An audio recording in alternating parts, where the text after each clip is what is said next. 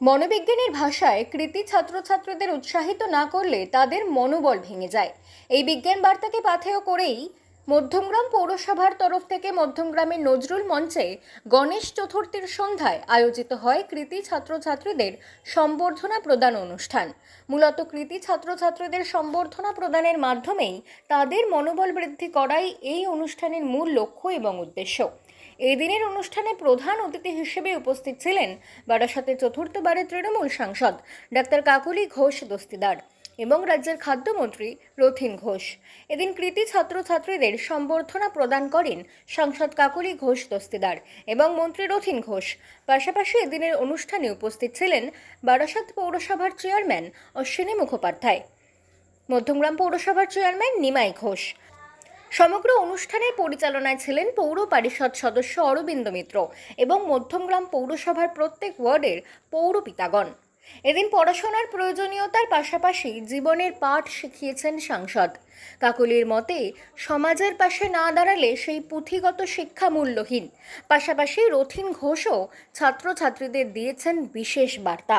অনুষ্ঠানে উপস্থিত হয়ে কি বলেছেন কাকলি ঘোষ দস্তিদার এবং রথীন ঘোষ তা শুনুন বিস্তারিত।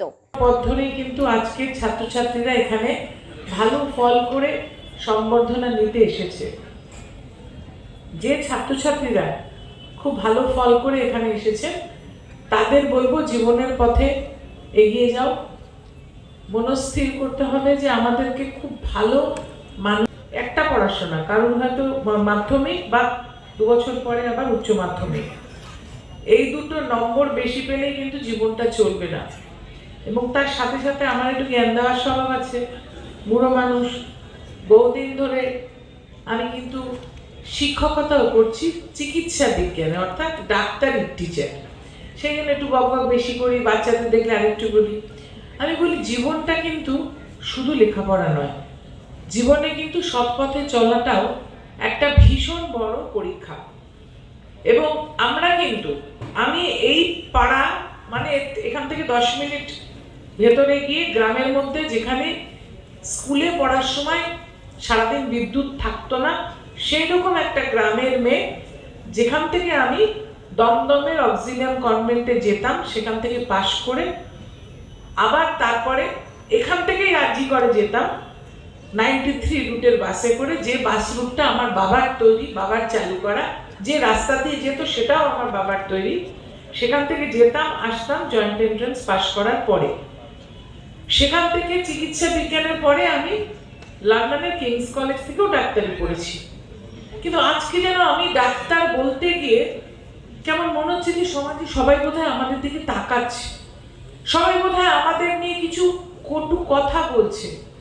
কালকে ইন্ডিয়ান মেডিকেল অ্যাসোসিয়েশনের একটা সভা ছিল, এনআরএস এর সভাগৃহে।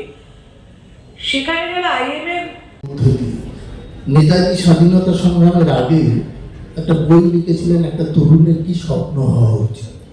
সেই বইটা লিখে সেই প্রকল্পের মধ্য দিয়ে এই ছেলে মেয়েদের এটা দেয়া হয়, যাতে তারা ওই নেতাজি সম্পর্কে একটু ওয়াকিবহাল হলে আবার সাথে সাথে তাদের যে স্মার্ট হওয়া, যে স্মার্টফোনের মধ্য দিয়ে আমি যেটা বলছিলাম, অনেকে আমরা জানি অনেকে আমরা জানি না, আমরা কিন্তু ব্যবহার করি। গুগলের যিনি পরিচালনা করেন তার নাম হচ্ছে সুন্দর পিচাই। আমাদের যে ফেসবুক আমরা করি সেটা হচ্ছে মার্ক জুকারবার্গ। এবং এই যে হোয়াটসঅ্যাপ, জ্যাকন বলে একজন আছেন, তিনি এটা পরিচালনা করেন। অর্থাৎ আমাদের অনুসন্ধিৎসা থাকবে, কিন্তু সেই অনুসন্ধিৎসার সাথে সাথে আমাদের দেশের যারা বরেণ্য ব্যক্তি আছেন তাদের সম্পর্কে একটা ভাবনা চিন্তা আমাদের থাকা দরকার। প্রকৃত শিক্ষা সেটাই আর কি, যে আমরা সবাই মিলে, যে ধরুন মা বাবারা এখন আমাদের সময় এই স্কুলে বা টিউশনিতে যেতেন, কিন্তু এখন কিন্তু আমি দেখেছি যে প্রত্যেক ছাত্রছাত্রীর জন্য মা বাবারা টিউশনি করতে গেলে, স্কুলে গেলে স্কুলের বাইরে প্রচুর ভিড় থাকে। বাংলা খবর, আপনার রাজনীতি, আপনার আওয়াজ।